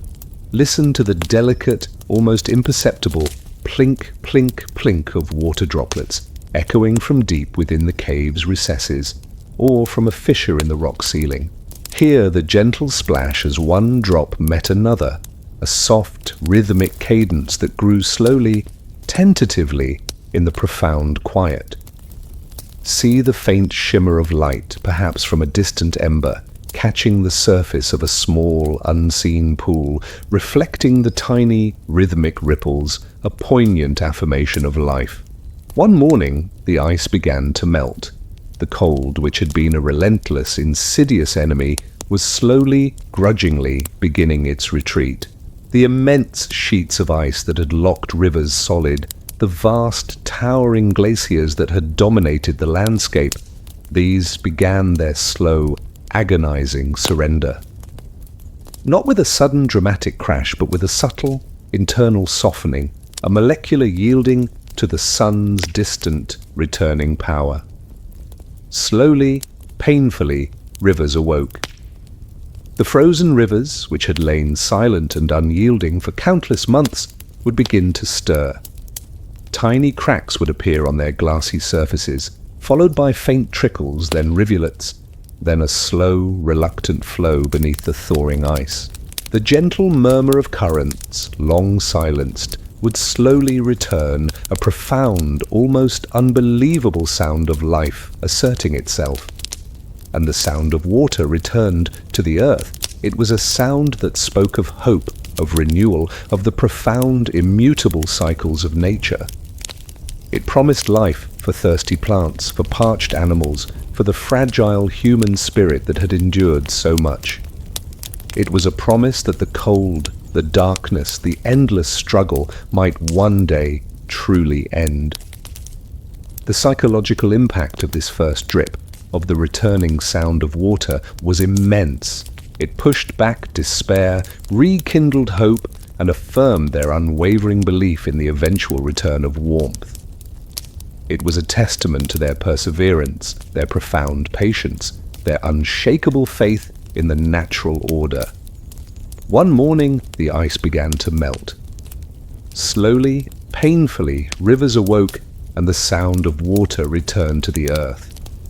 The first drip of water was the terrifying, glorious beginning of the winter that nearly erased humanity, a profound and horrifying testament to the desperate struggle for survival. It was a calm, elemental descent into a frozen world, charting the earliest, desperate battle for existence, where hope flowed with the water, and the faint echo of survival was whispered through millennia, forever tethered to the life-giving promise of the thaw. The thaw and the memory, the return of the animals. As the first drip of water began to whisper the promise of the thaw, signaling the grudging retreat of the devastating winter, a new, profound hope surged through the resilient human bands. The silent, empty plains, which had been a terrifying void for countless months, now began to stir with an ancient rhythm. The return of the animals was a joyous, life-affirming miracle. Mammoths roamed again.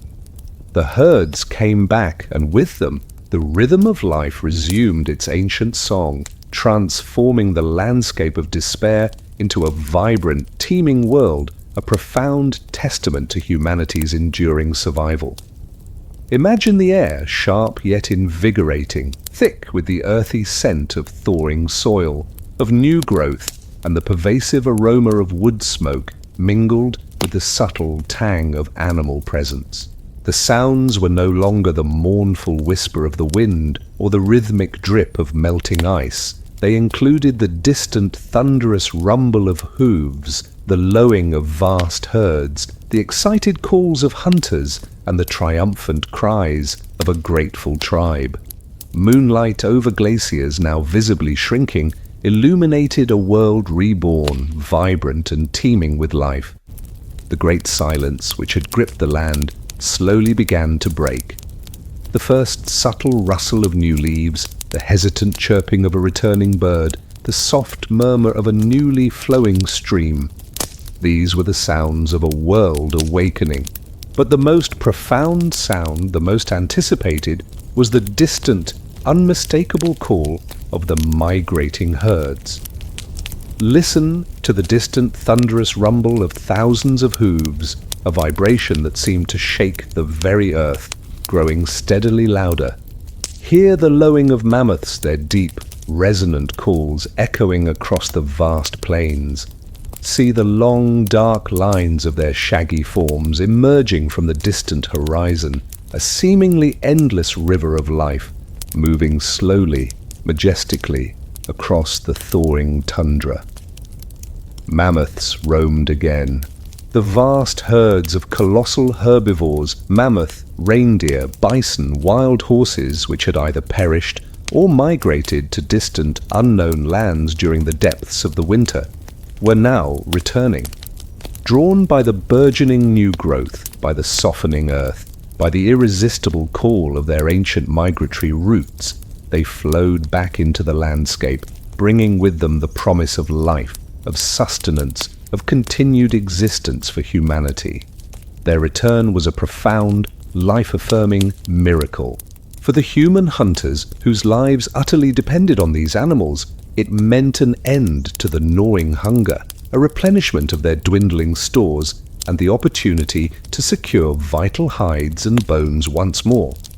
The desperate struggle for survival, which had defined every waking hour, slowly eased, replaced by the renewed focus on the hunt, on the rhythms of tracking and harvesting the immense bounty. And with them, the rhythm of life resumed its ancient song. The hunters, invigorated by the sight of game, would prepare their weapons, their spirits lifted, their courage renewed.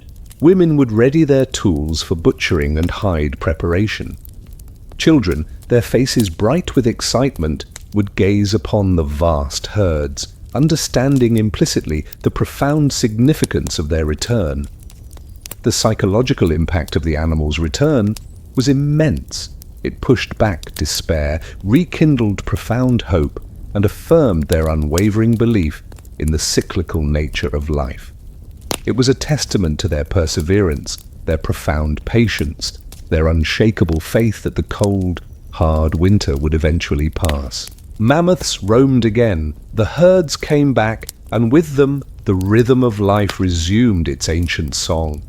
The return of the animals was the terrifying, glorious beginning of the winter that nearly erased humanity, a profound and horrifying testament to the desperate struggle for survival.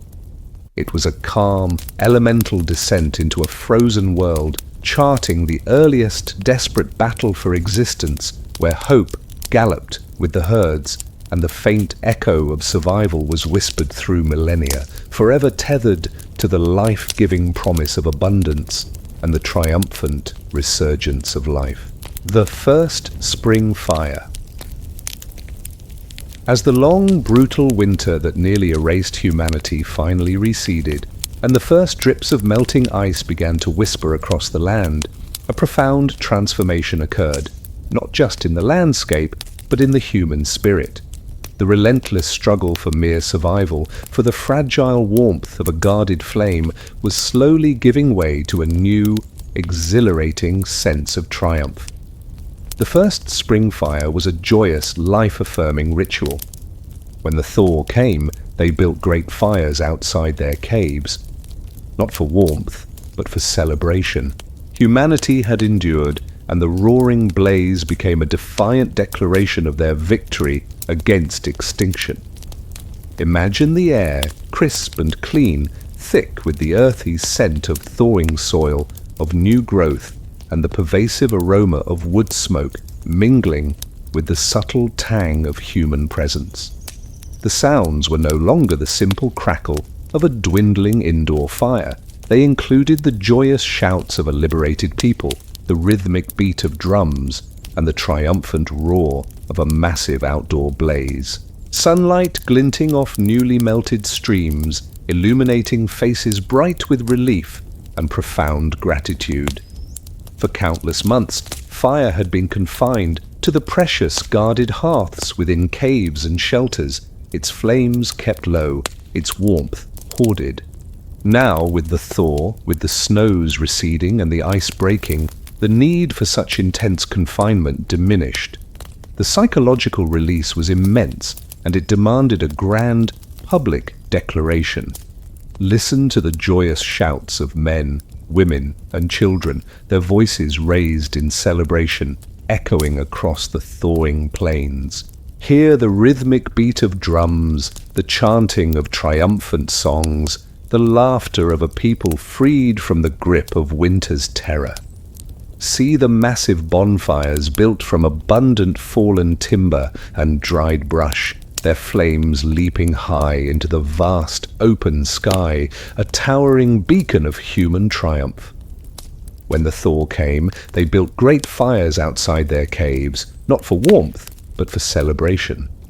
These were not modest, carefully managed hearths. These were roaring, exuberant blazes built with a lavish abandon that reflected their newfound sense of security and their profound relief. The flames danced and swirled, sending showers of sparks high into the pale spring sky, a magnificent display of light and power, a symbolic burning away of the long winter's gloom. The fire was a central focus for communal gathering. Around its fierce glow, the entire band would assemble, dancing, singing, feasting on the newly abundant meat from the returning herds. It was a moment of profound spiritual renewal, a thanksgiving to the sun spirit for its return, to the animal spirits for their bounty, and to their ancestors for their guiding wisdom. Humanity had endured. The first spring fire was a tangible manifestation of this victory. It marked the definitive end of the winter that had nearly erased them, a collective affirmation of their resilience, their ingenuity, and their unwavering will to survive.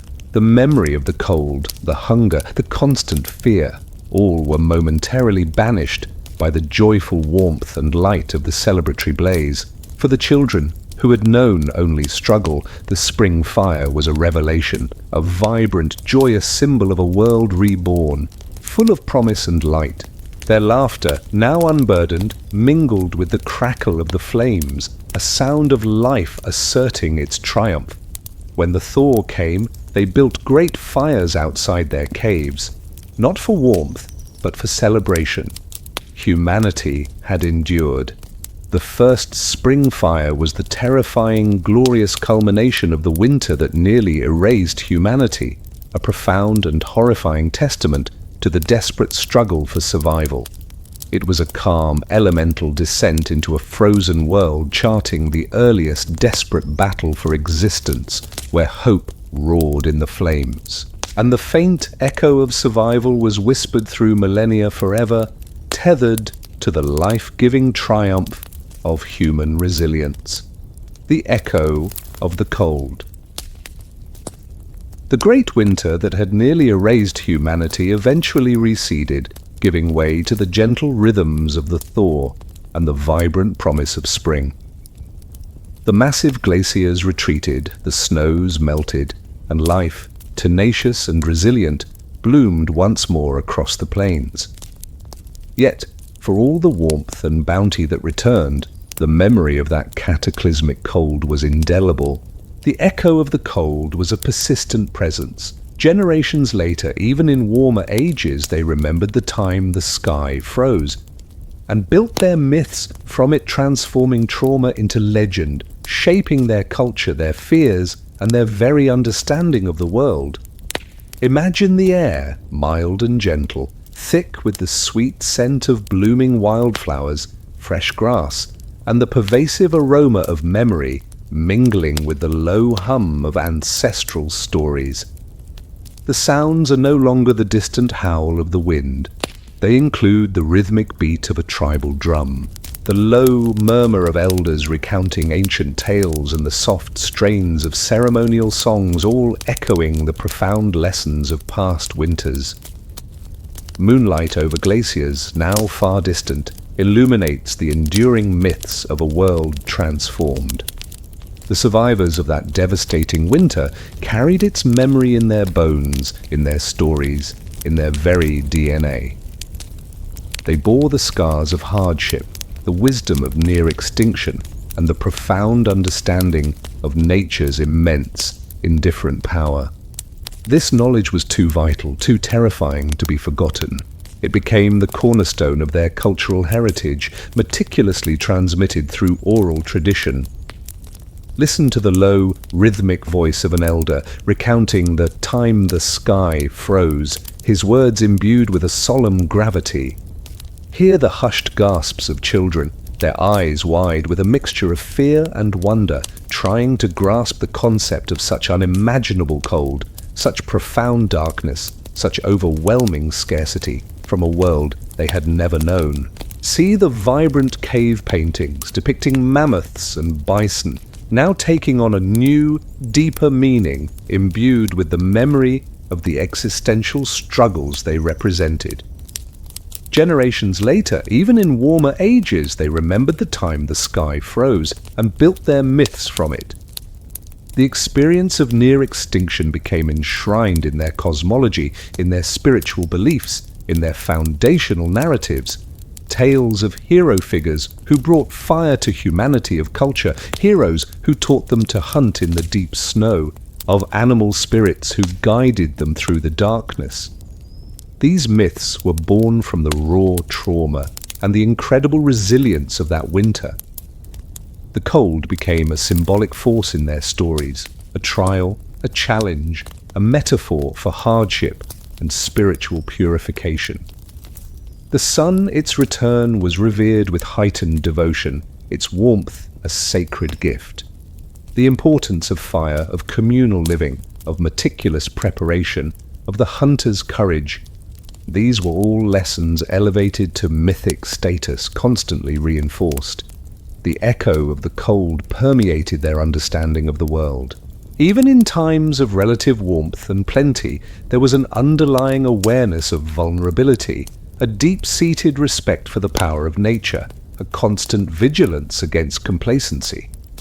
This collective memory shaped their rituals, their social structures, their approach to resource management, ensuring that the hard-won lessons of survival were never truly forgotten. Generations later, even in warmer ages, they remembered the time the sky froze and built their myths from it. The echo of the cold was a pervasive, fundamental reality of the winter that nearly erased humanity, transforming their raw ingenuity into the very means of ensuring their legacy. It was a calm, elemental descent into a frozen world, charting the earliest, desperate struggle for survival, where trauma became myth, and the faint echo of survival was whispered through millennia, forever tethered to the enduring memory of that cataclysmic winter, a profound secret of how humanity refused to vanish. The spark that never died. The brutal, cataclysmic winter that had nearly erased humanity eventually receded, giving way to the gentle rhythms of the thaw and the vibrant promise of spring. The massive glaciers retreated, the snows melted, and life, tenacious and resilient, bloomed once more across the plains. Yet, for all the warmth and bounty that returned, the memory of that cold, that darkness, that near extinction was indelible. The spark that never died was humanity's ultimate triumph, that winter nearly erased humanity. But it didn't. The small fires survived. And from those flames, civilization began, a profound legacy of human resilience that echoes through the vast, silent landscape of history. Imagine the air, crisp and clean, thick with the subtle scent of old hides, damp earth, and the pervasive aroma of wood smoke mingled with the low hum of ancestral stories. The sounds are no longer the distant howl of the wind. They include the rhythmic beat of a tribal drum, the low murmur of elders recounting ancient tales, and the soft strains of ceremonial songs, all echoing the profound lessons of past winters. Snow piling against wooden frames, now a distant memory, speaks of triumphs of endurance, of the spark that endured. The story of humanity's survival through that devastating winter is one of profound ingenuity, unwavering courage, and an unshakable will to live. They had battled not just the cold, the hunger, and the predators, but also despair, fear, and the threat of total oblivion. And they had won. Listen to the echo of their methods in modern survival techniques, in the foundational wisdom of indigenous cultures, in the very structure of human thought. Hear the faint whispers of their language in the enduring capacity for adaptation, their profound understanding of community, their reliance on collective strength. See the enduring forms of caves, the silent, ancient witnesses to their struggles, now hallowed spaces of human memory, illuminated by the knowledge of what truly began there. That winter nearly erased humanity, but it didn't. The human population bottlenecked, shrinking to perhaps only a few thousand individuals globally. Yet from that tiny, fragile spark, humanity emerged, not just alive, but transformed, imbued with hard-won knowledge, profound resilience, and an unshakable determination to persist. The small fires survived, and from those flames, civilization began. The lessons learned in that crucible of cold, the mastery of fire, the crafting of sophisticated clothing, the building of ingenious shelters, the strategies of communal living, the development of complex social bonds, the power of storytelling, the spiritual connection to the land. These were the foundational elements upon which all future human civilization would be built. The very act of nurturing that precious spark, of keeping the fire alive against overwhelming odds, became a metaphor for humanity itself. From those flickering flames, from the warmth generated by huddled bodies, from the shared stories whispered in the dark, came the impetus for settled life, for agriculture, for writing, for art, for all the complexities that define our modern world. The spark that never died is the ultimate testament to human resilience, a living legacy that defines the very essence of our species. It is a slow, elemental drift through flickering firelight and echoing caves, charting the ancient art of survival and enduring countless nights under vast, frozen skies.